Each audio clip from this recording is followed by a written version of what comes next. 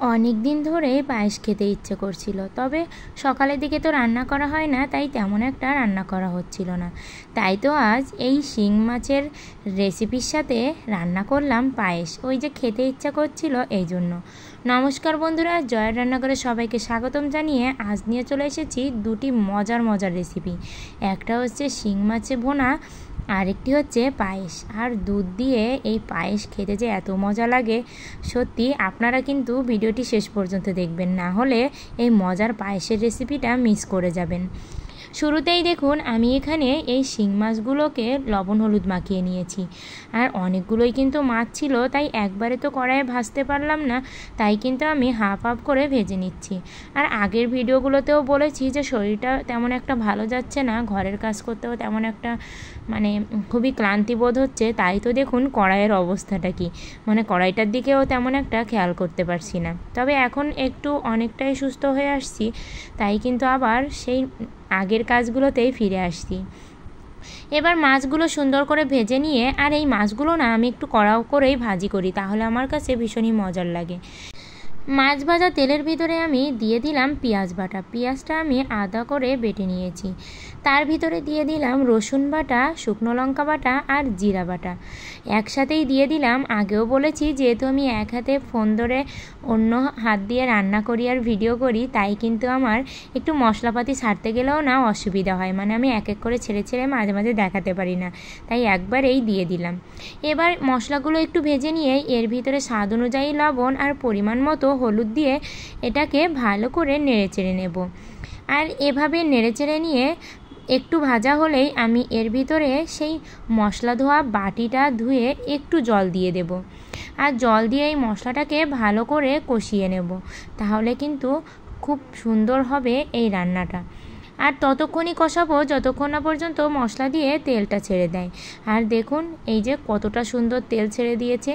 আর এরকম শিং মাছের ভোনা না একটু বেশি তেল তেল না হলে আমার মনে হয় যেন ভালো লাগে না, তাই তো আমি একটু বেশি পরিমাণেই তেলটা দিয়েছি। আর এবার আমি এই শিং মাছটাকে শুধু ভোনা না করে আমি এর ভিতরে এরকম আলুটাকে স্লাইস করে দিয়ে দিচ্ছি। আলু দিলে কিন্তু এটা খেতে আরও বেশি মজার হয়। আর আমার ছেলেকে যেহেতু এই তরকারিটাই খাওয়াই আমি, তাই ও তো আর এরকম ঝোল দিয়ে ঝাল ঝাল খেতে পারে না, তাই তো একটু ওর কথা ভেবেই আলু দেওয়া, ওকে একটু আলু দিয়ে মাছ দিয়ে মাখিয়ে দিলে ও ভাত খায়। আর এবার এই মশলাটা কষিয়ে এর ভিতরে আলু দিয়ে আমি এটাকে ভালো করে কষিয়ে নেব। আলুটা একটু কষা কষা হয়ে আসতেই আমি এর ভিতরে কিন্তু মাছগুলো দিয়ে দেব। আর মাছগুলো দিয়ে আলু দিয়ে আমি মশলাটাকে 2-3 মিনিটের মতো কষিয়ে নেব। আর ওই যে আগেও বলেছি, আমি এক হাতে ফোন ধরে যেই না খুন্তি দিয়ে নাড়া দিতে গেছি, সেই কিন্তু কড়াইটা ঘুরে গেছে। তাই তো আমি অফ ক্যামেরাতে ভালো করে মাছ আর আলুটাকে কষিয়ে নিয়েছি। এবার কষিয়ে এর ভিতরে আমি পরিমাণ মতো জল দিয়ে দিলাম। জল দিয়ে এটাকে আমি ভালো করে রান্না করে নেব। দেখুন কালার কিন্তু দারুণ আসবে, এখন থেকেই বোঝা যাচ্ছে তরকারির কালারটা কেমন আসবে। আর অনেক সময় কালারের একটু সমস্যা হতেই পারে, কারণ আমি দুপুরের টাইমে যেহেতু রান্না করি, আমার এই জানালা দিয়ে না অনেকটা আলো আসে, তাই তো এই পাশ থেকে আলো দিলেও না ওই যে প্রকৃতির ভগবানের সাথে কি আর আমরা লাইট খাটিয়ে পারবো, সে এতটাই লাইট জানালা দিয়ে দেয় যে এপাশ থেকে আমি যত ভালো ভালো লাইটই দেই না কেন, আমি ঠিকঠাক এই ভিডিওর কালার আনতে পারি না। তবে কোনো ব্যাপারই না, আমি জানি আপনারা আমাকে ভালোবাসেন, আপনারা ভালো মনেই এটাকে নেবেন।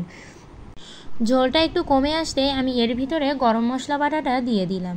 আর গরম মশলা বাটাটা দিলে না একটা দারুণ ফ্লেভার বের হয়। আর গরম মশলা বাটাটা যখন আপনি দেবেন, তখন না তরকারি নামানোর 2-3 মিনিট আগে থেকে দিবেন, কিন্তু যখন গুঁড়ো দেবেন তখন কিন্তু তরকারি নামানোর 1 মিনিট আগে দিলেই হয়ে যাবে। আর এই যে আমি তরকারিটা নামিয়ে নিয়েছি, দেখুন কি কালার এসেছে, আমার তো এখনই আবার খেতে ইচ্ছে করছে। আপনাদের কাছে ভালো লাগলে কিন্তু অবশ্যই ভিডিওতে লাইক করবেন, কমেন্ট করবেন, আর আমার চ্যানেলটি সাবস্ক্রাইব করে পাশের ঘন্টাটি বাজিয়ে অল অপশানে সেট দিয়ে রাখবেন, তাহলে আমি যখনই মজার মজার ভিডিও আপলোড করব আপনাদের কাছে আগেই নোটিফিকেশান চলে যাবে। আর এখানে আমি রান্না করছি পায়েস। আর এই পায়েসটা তো অনেক দিন ধরে আমার খেতে ইচ্ছে করছিল, আর আমার ছেলেও পায়েস খেতে ভীষণই ভালোবাসে, ও মাঝে মাঝে আবদার করে, মা আমি পায়েস খাবো। আর এরকম গরুর দুধ দিয়ে এতে কিন্তু খুবই অল্প পরিমাণে জল দেওয়া। আর দুধটাকে আমি আগে থেকে গরম করে নিয়ে এর ভিতরে তেজপাতা আর 2টো এলাচ দিয়ে দিয়েছি। আর তার ভিতরে আমি দিয়ে দিচ্ছি চীনাবাদাম আর কিশমিশ। এবার এই দুধটাকে ভালো করে একটু গরম করে আমি এর ভিতরে চালটা দিয়ে দিলাম। আর এই চালটা না আমি আধা ঘন্টা থেকে একটু বেশি, মানে ঘন্টাখানিকের মতো আমি ভিজিয়ে রেখেছিলাম। আর এই ভিজিয়ে রেখে এই চালটা দিলে দেখবেন চালটা তাড়াতাড়ি ফুটে যাবে। আর এর ভিতরে দিলাম স্বাদ অনুযায়ী লবণ। এবার আমি চালটাকে ভালো করে রান্না করব যতক্ষণ না চালটা একদম ভাত হয়ে যাচ্ছে। আর আগে থেকে কিন্তু একদমই চিনি দিবেন না। আমার এক্সপিরিয়েন্স শুনলে আপনারা অবাক হয়ে যাবেন। আমি যখন ফার্স্ট টাইম একদিন পায়েসের রেসিপি করতে গেছিলাম, আমি না শুরুর থেকেই চিনিটা দিয়ে ফেলছিলাম। চিনিটা শুরুর থেকে দিয়ে যেই না চালটা দিয়েছিলাম, যেই ওই দুধের একটা চিনি দেওয়ার ফলে ঘনত্ব তৈরি হয়ে যাচ্ছে, তখন কিন্তু চালটা একদমই ফুটছিল না। উপর থেকে ফুটলেও ভিতরে না কেমন একটা মাঝের মানে হালকা হালকা একটা চাল চাল ভাব থেকে গিয়েছিল। সেখান থেকেই আমি শিখে ফেলেছি যে আসলে পায়েসে কিন্তু আগে চালটাকে ফুটিয়ে নিয়ে তারপরে চিনিটা দিতে হয়, তাহলে পায়েস খেতে ভীষণই মজার হয়। এবার আমি এই যখনই চালটা ভালো করে ফুটে এসেছে, একদম ভাত হয়ে গেছে, তারপরেই কিন্তু আমি এখানে চিনিটা দিয়েছি। আর চিনি দিয়ে এটাকে জাল করে যখন এভাবে একটু গাঢ় হয়ে আসবে, তখন আমি এই ভাতগুলোকে এভাবে হাতার সাহায্যে ম্যাশ করে দেব, যাতে পায়েসের ঘনত্বটা খুব সুন্দর হয়। এছাড়াও আপনারা চাইলে কিন্তু আগে থেকে চালটা একটু আধো ভাঙা কিংবা একটু হালকা ব্লেন্ড করেও নিতে পারেন, তাহলে পায়েসের গ্রেভিটা আরও বেশি সুন্দর হয়। তবে ওঠাতে কিন্তু আবার ফিরনি টাইপের হয়ে যায়, তাই বলবো এভাবে ম্যাশ করেও নিতে পারেন। দেখুন পায়েসটা কিন্তু ভীষণই সুন্দর হয়েছিল। আপনারা কে কে এই রেসিপি দুটি ভালোবাসেন অবশ্যই কিন্তু আমাকে জানাবেন। সবাই ভালো থাকবেন, সুস্থ থাকবেন।